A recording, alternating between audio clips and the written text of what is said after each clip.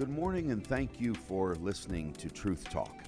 I am coming to you the morning after President Joe Biden's farewell address. Now, he made this statement to the nation last night, which was January 15th, and this is the morning of January 17th. Now, you're not going to hear this until Monday, okay? So it's a good Monday morning to you. But let me start by saying there's many things that I listened to in this farewell address, which was kind of basically a driveling on of what I did and what we accomplished and the greatest economy in the world, which is not shocking to me. All presidents kind of want that to be their legacy, so they're at this point extremely biased and digging into the preservation of their legacy. There is something that he said, though, that arrested my attention.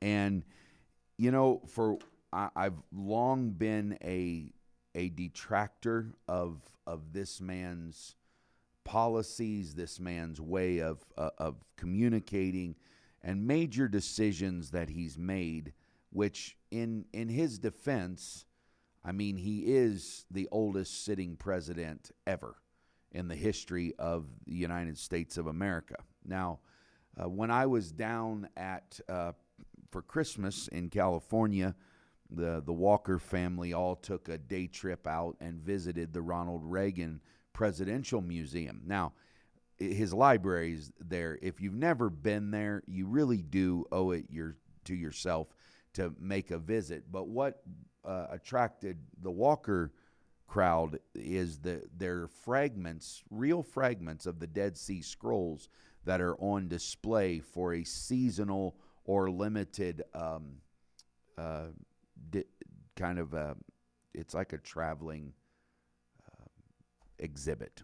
And so the Reagan Library is big enough to where all of his papers are held down in the basement area. And then, of course, his legacy portions, what you go through. There's Air Force One in there completely.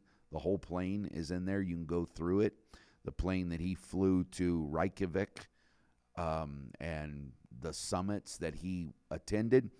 So it's all very fascinating. But when you're there, and this is true in the Nixon Library, this is true in Little Rock, Arkansas, been to the Bill Clinton Presidential Library. There is always this unique thing where, like, for instance, they had the two chairs where President Ronald Reagan and Pope John Paul met together and sat in, and that was in the library. In Nixon, you have his Chinese summit, where he went to China, and the ping pong diplomacy discussion around that.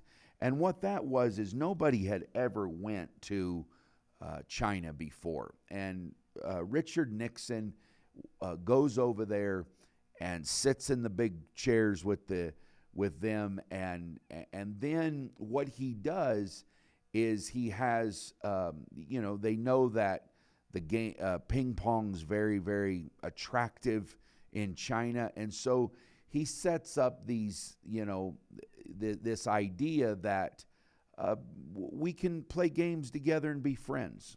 And so, in this regard, the relations with China at that time was called ping pong diplomacy, meaning we both like the same games, we both live in the same world, we both breathe the same air, live on the same planet. Let's try to come together and get together.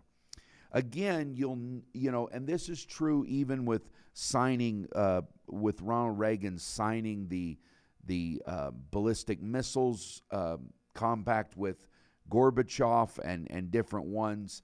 You always notice the great man theory, okay? That there are great men that do it, and everyone else is the little man. Now, the great man theory is a fascinating thing. It takes its root in the 18th century by one of my favorite authors in the world outside of the Bible, and that is Thomas Carlyle. Thomas Carlyle, one of the great thinkers of the 18th century, kind of put forward this idea that there are great men who possess extraordinary abilities, leadership qualities, or charisma. These individuals are seen as pivotal agents of change. Their decisions, their actions determine the course of events. And Thomas Carlyle famously said, "The history of the world is but the biography of great men." Winston Churchill, ever the disciple, ever the student of Thomas Carlyle, believed and often said of himself, "I am a great man." Meaning not that he was just a great individual, but he actually was plugging the Churchillian way of ethos and way of thinking into Carlyle's great man theory. Now, the key characteristics of the great man theory is a focus on leadership. The theory centers on individuals rather than on broader societal, cultural, or systemic forces. It also ticks through innate qualities. Great leaders are believed to be born with traits like intelligence, courage, vision, charisma. They also, the great man theory of Thomas Carlyle backs up deterministic impact. The theory implies that without these quote-unquote great men, significant historical events would not have occurred. Now, that is true in the sense that they are pivotal agents of change. For instance, World War II would not have happened without Adolf Hitler. Neither do I feel like the victory over Adolf Hitler would have happened in World War II without a great man like Winston Churchill. However, we do need to discuss the negative things where I disagree, even me, who is a fan and an ardent disciple of Thomas Carlyle.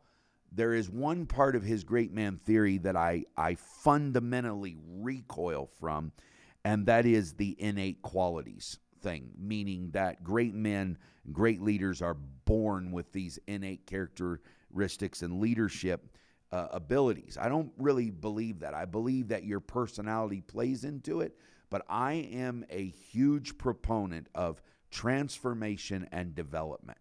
Jesus Christ taught transformation, not Carlyle's innate characteristics. So that all is the groundwork for this. Now, my daughter, Grace, bought me this sign. She bought me this at the Ronald Reagan Presidential Library. And this is a exact replica of the sign that's set on Ronald Reagan's desk. And it says, "It can be done." And what he was constantly reminding the American people of is that you are a city set on a hill, a shining city. Now go and individually be bright. Go and individually be successful. And so it's very important that we don't back away from our own responsibility to search out transformation and to apply ourselves to personal development. Because it can be done, but it takes a multitude of shining lights to be a shining city on a hill. Okay? Which that is all the 9-minute foundation for this clip that Preston's getting ready to run from the president's speech last night. It's going to be about 30 seconds. I think the long version of it is 50 seconds. He totally kind of highlights his point, but I want you to hear what he says, and I do want to talk about it. I'm sure there are people who say, yeah, he just says this because he's trying to limit power or he's trying to concentrate power. Be that as it may, I'm going to take what he says and use it as a can opener for a great discussion and great kind of stream of consciousness for the Christian mindset, okay? All right, go ahead and run it, Preston. That's why my farewell address tonight, I want to warn the country of some things that give me great concern. This is a dangerous concentration, and that's a dangerous concentration of power in the hands of a very few ultra-wealthy people. The dangerous consequences if their abuse of power is left unchecked. Today, an oligarchy is taking shape in America of extreme wealth, power, and influence that literally threatens our entire democracy, our basic rights and freedoms, and a fair shot for everyone to get ahead. We see the consequences all across America, and we've seen it before. More than a century ago, the American people stood up to the robber barons back then and busted the trusts. They didn't punish the wealthy, just made the wealthy play by the rules everybody else had to. Okay, so everybody can, get involved in the whole conspiracy gamut, and he's doing this because he's trying to limit the incoming president's ability to operate and trying to cast aspersions and shadows and shade on Donald Trump and the incoming regime. Now, that very well is true, and you may have a view of what you think of certain people, but he is warning of an oligarchy. Now, this is the first time that a sitting president has seen this to the degree that he would say this is actually a danger of the usurpation of power within the democracy that they're a part of. Now, Canada's government operates different in the sense that it is a parliamentarian system, but it is still in the same way it is in a danger zone of this thought. Okay, what is he talking about? Well, let's break down who he's talking about and what he's talking about. Who is he talking about? Okay, let me get to that. He is talking about Donald Trump. He is talking about Jeff Bezos. He is talking about the banking institution, the Wall Street heads, the hedge fund managers. He is talking about Elon Musk. Okay? He is, in a way, casting shade and accusing the incoming regime of bringing with it an oligarchical system. Okay? Now, that's who he's talking about. I really don't want to spend any time on the podcast talking about who he's talking about, okay? I want to talk about what he's talking about. Oligarchies are a form of government or power structure where control is concentrated in the hands of a very small, privileged group of individuals, organizations, or entities. The term originates from a Greek word oligos, meaning few, and archein, to rule. It typically involves a small number of people exerting significant influence over political, economic, and social systems. Okay? Now, communism was an oligarchy, meaning that while Karl Marx's idea of communist regime was obviously something that was different than what actually happened, there were a very few people within Russia that lived opulently. They were able to amass staggering amounts of wealth. They wielded unmitigated power within the system, okay? Even to the point to where Stalin's own children saw the Stalinist regime as an oligarchy, meaning that there is a few in the central power that control it all.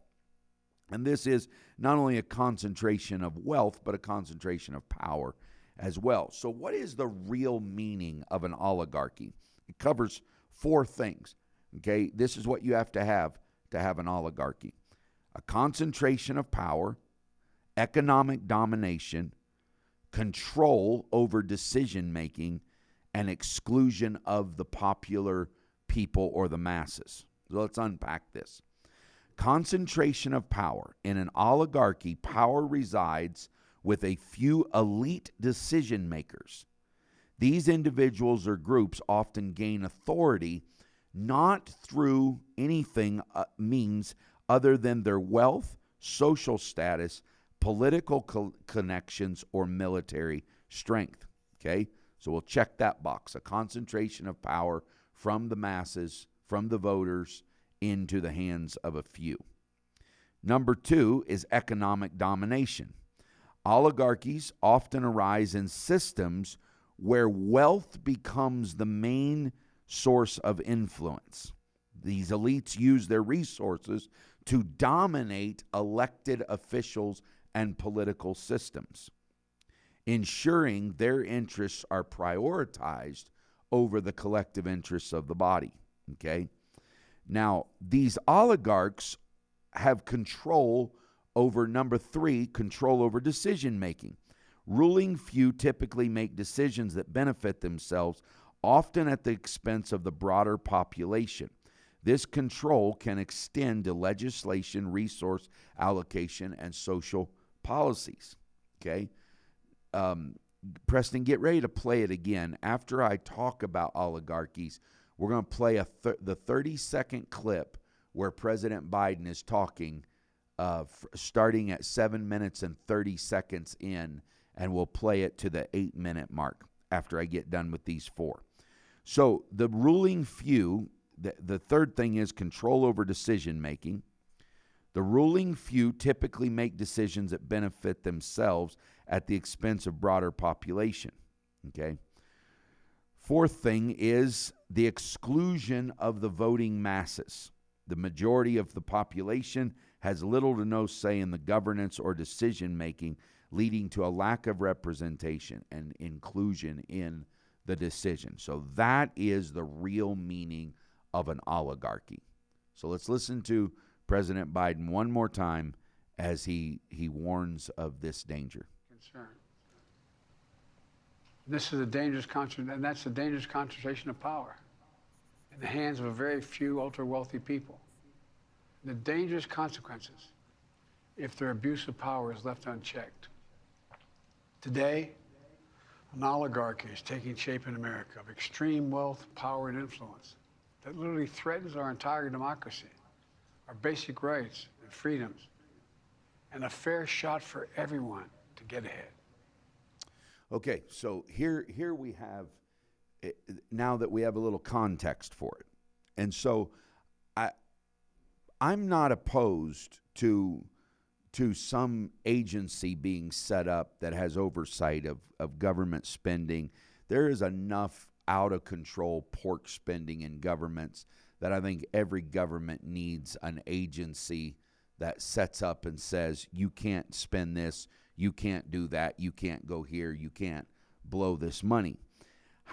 Okay, so I'm not opposed to that. Now, the people that have been set up, billionaires that have been set up to do this, the danger is, while I like this set of individuals, what happens when the next set of individuals come in that are not elected, that have never gone through the process and the vetting process, and they wield an immense amount of power just based on what their earnings are, okay? So what are the real dangers of an oligarchy, and what does the Bible have to say about oligarchies as well as Thomas Carlyle's great man theory, okay? So the dangers of an oligarchy are the erosion of democracy, economic inequality, corruption and cronyism, suppression of the dissenter, stifling innovation and progress, and then you get into this kind of idea that, well, he's a great man, he's done great things, he deserves or has the right to say what everyone else does, okay? Oligarchies frequently exacerbate economic disparities as policies tend to favor that ruling class, tend to favor what is good for big business, what is good for corporation. Within democracy, you have to have somebody who said, that's why it's important that your elected parliamentarians have a I don't care what side of the aisle or house they're on. I think every one of them going in should have a policy and standard core belief system about small businesses. Because if you go in and just say the GDP and that's my economic metric, what happens is big business drives a GDP in ways that you're easily connected to big business because they offer and generate the most robust reporting. But you have to have, in elected officials, you have to have somebody who understands small business, because small business is that important in growing and developing an economy. The other thing that is a major fear of the dangers of oligarchy is corruption and cronyism. With the power centralized among a small group, oligarchies often foster corruption, nepotism, favoritism, and this reduces accountability, and it also reduces transparency. Okay, so that's a danger. Now, in the oligarchies that Biden is mentioning and Trudeau has mentioned in the last little bit, these oligarchical intent are more, I think they're not the dark side of it. I think they're not rogue. I think there is the potential for it. There's the danger of it, especially if these oligarchical powers become self-interested and self-motivated to the degree that they do this. That's a real danger. Now, there are examples that you need to study of oligarchies in history. For instance, ancient Sparta, which is a fabulous story. The political power was held by a small group of, I wouldn't even say they were governmental elites, but they absolutely were military elites. So what you had in Sparta is you had strong men who had went out in their little city-state kind of configurations. I forget what they actually called them in the Spartan tongue, but they would go out and they would accomplish great feats militaristically, and then that would win them a disproportionate amount of power when they got back into their communities. So then they became ruling heads of kind of these tribal or groups, and then they amassed the power and they made the decisions, and really the people didn't choose what they were going to do. The oligarchs did it. Now, in modern economies, powerful corporate entities or wealthy individuals exert disproportionate influence over governments and policy makings. Let me say this about the United States government and the oligarchical threat to United States democracy is it is now getting traction, and it is getting a little more kind of raised profile because of the polemics that are within the dialogue in politics right now. But this is not Tesla CEO Elon Musk, Jeff Bezos. This is not the seed and the beginning of the oligarchical investment. The beginning of the oligarchical downfall of the American system was absolutely in 2008, and it was and should be with Ben Bernanke and Paulson and all those guys. You should read and study about that when those bankers came together, there was a global meltdown on the markets that were happening. And Paulson walked in there, and George Bush gave the CEOs of these banks blank checks, okay, to hold the system together. That's all there was to it. He looked at these elite corporate entities. Now, the difference between the Russian oligarchy and what is trending towards oligarchical in North America is that where in Russia it is individuals, where up until this point the oligarchical threat has been corporate entities or corporate heads, okay? Albeit now that Trump comes in with kind of Musk and and the other billionaire, I forget what his name was. Anyhow, that's going to set up the Doge Department of Government expenditures and excesses. But anyhow, he ran for president. He's a I can't. Anyhow, he comes in. These now are individuals. So this raises the challenge of the idea of an oligarchical entity in the first. Now, why are oligarchs allowed to operate within a society?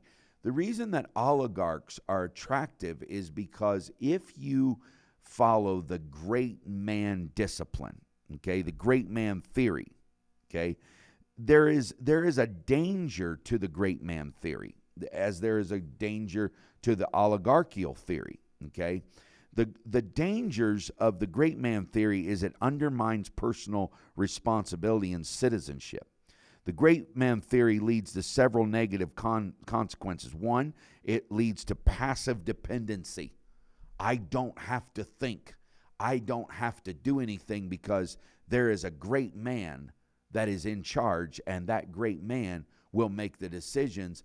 I don't have to actually formulate a policy. So while people are opinionated, and I'm going to do a series of podcasts in the very near future, it should be about 3 podcasts, I think. I'm working on it now, and it's called, it's about conspiracy theories, and how does a Christian wade through the conspiratorial to get to truths that are laying there. So the thing about the conspiracy theory is it is linked to the great man concept, because what each conspiracy is that there is a truth teller. There is a great man who will defend and speak the truth. And so the masses just kind of line up into the categorizations of these intellectual oligarchs. Okay, so I was amazed what people thought Donald Trump was going to do in his first run in office. They thought he was going to release the full information on the CIA files on John F. Kennedy. They thought he was going to release the truth. This is what it was, the truth about UFOs. He was going to release all of this hidden information that was going to substantiate all of these conspiracies that had fomented and boiled and bubbled for so many decades, right? He was going to bring down the CIA and show that they did X, Y, Z. How none of that actually happened, because when he came in, he became, and everybody was willing to go along with it because their great man was there. Well, then the other side, when their great man gets in, they kind of fall into line. So it is incumbent on anybody who is struggling and trying to find truth to maintain dependency. Freedom of thought is your right. It's your liberty. It encourages passive dependency on these things. So people say, yeah, well, I'm in the know. I'm on this politician's side, or I'm on that politician's side. While they may kind of be the barometric indicator of the weather, they are not the weather. I have a barometer in my office. That barometer will indicate to me, to a degree of accuracy, indicate to me weather patterns and pressures that are coming and going. They are not the weather. You don't come plow barometric pressure, you plow snow.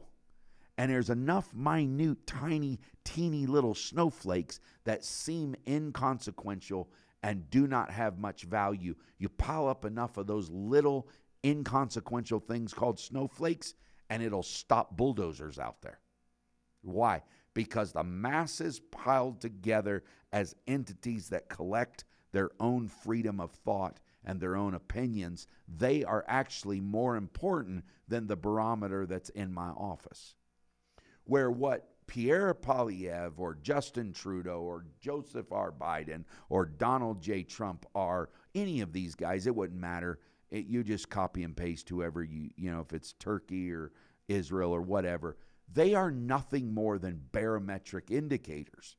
They still require, for democracy to work, for freedom of thought, for freedom of religion, for freedom of worship to actually work, we have to kind of dial down our buy-in and our Kool-Aid drinking on great men or messianic figures and say, just dial it back a little bit and allow me to think, okay? So the other thing that the great man theory and the oligarchical threat undermines and a danger is it is the erosion of collective action. By attributing what needs to happen to ex-politician or ex-parliamentarian, then you are abdicating your responsibility for societal reform. Okay? So the theory of the great man downplays the importance of the singular collective effort, collaboration, grassroots movement, the Paul Revere that rides his horse and serves as a voice in the moment of the political foment. Okay, so if you go back to these politicians, you will see these guys from years ago. That's who it was. The other guy that they're saying is an oligarchical threat is Vivek Ramaswamy and Elon Musk, who are over the Department of Government Efficiency. Okay, but let's not get into who. Let's just focus on the great man theory. The other challenge, like if you like Nixon in China, you'll see pictures of them setting. Trudeau and Castro, that's the dad. You'll see pictures of them together.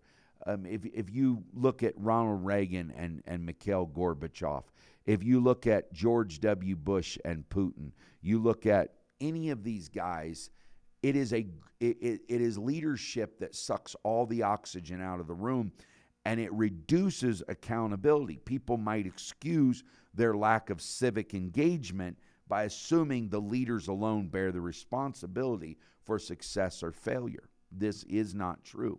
It's patently false, actually. It also overemphasizes the authority figures.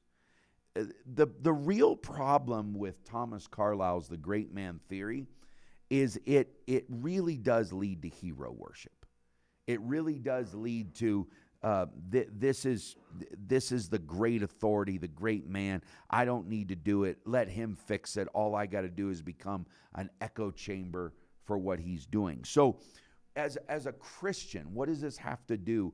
Because obviously this isn't a political podcast.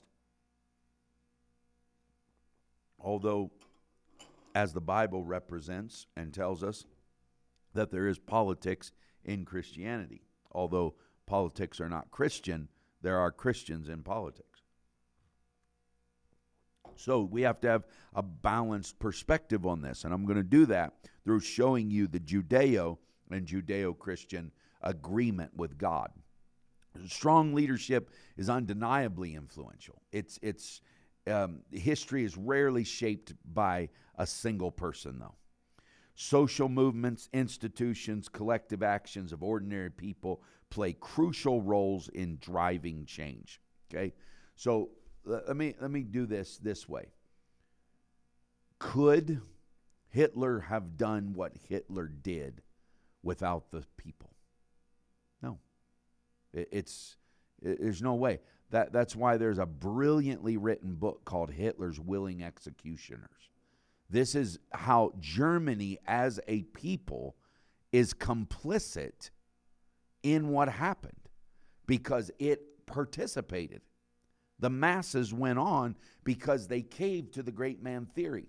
They caved to the oligarchical understanding. So while he's slaughtering their children, he's killing their neighbors in gas chambers, you have a fat cat, obese, obnoxious, ostentatious Hermann Goering, who is out there living in Cairns Hall, a castle, a hunting castle of the elite.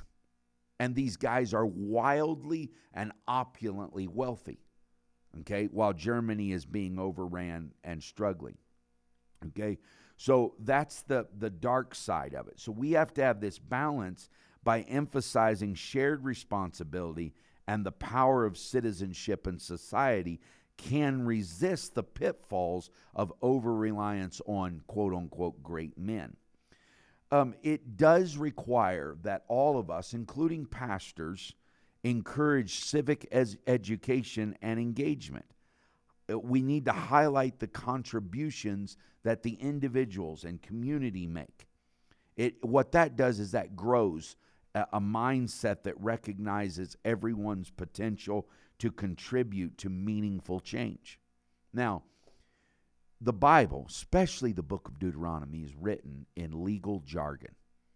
If you read the book of Deuteronomy next to Sumerian, Akkadian documents, Deuteronomy is a legally binding contract between two entities.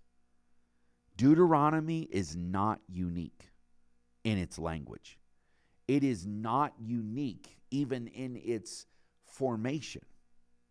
What is unique about Deuteronomy is it is a legal binding covenant, okay, that is between a God and another leader, okay? Now, 90% of the time that you ever see a contract or a covenant, it is between two powerful entities, great men. What is unique about God is when God wanted to make a covenant and a contract with humans, he did not go to the king of Israel. He did not go to the president. He did not go to the prime minister. He did not go to the high priest. Who did God make a covenant with? He made a covenant with the entire people of Israel. He completely dispelled an oligarchical concept. He completely dismissed the great man theory and said, I want a nation of priests, a peculiar people. What you are going to be to me is you are going to be in contract that every one of you shall have a copy of the law. Every one of you. Why did every one of them in their lifetime have to copy the law? Why did they have to do that? The reason they had to do that is because they were the covenant bearer, not Moses. They tried to make Moses the king. They tried to tell Moses, no, you go talk to God. We don't want to talk to God. And God said, that's not how it works. Why? Because God didn't make a covenant with Moses. God made a covenant with the nation of Israel, the people as a whole. They were to teach that covenant to their children, and their children were to teach it to their children. And so they became the people of the book. Why? Because they, as a group of people, in their relationship, in their societal construct with God, they dispelled the oligarchical model and they dismissed the great man theory. Why? Because there's nobody as great as the single individual. There is nobody as great as who God has called you to be. Stop looking for heroes. Stop looking for the great man and stop buying into the oligarchical. And get up and say, God has called me to change the world I'm in. God has anointed me to bring a transformational message to every single individual that I come in contact with. That is why there is the incumbent call on every single Christian that you are to be the light of the world. Not vote for the light of the world. You are to be the light of the world.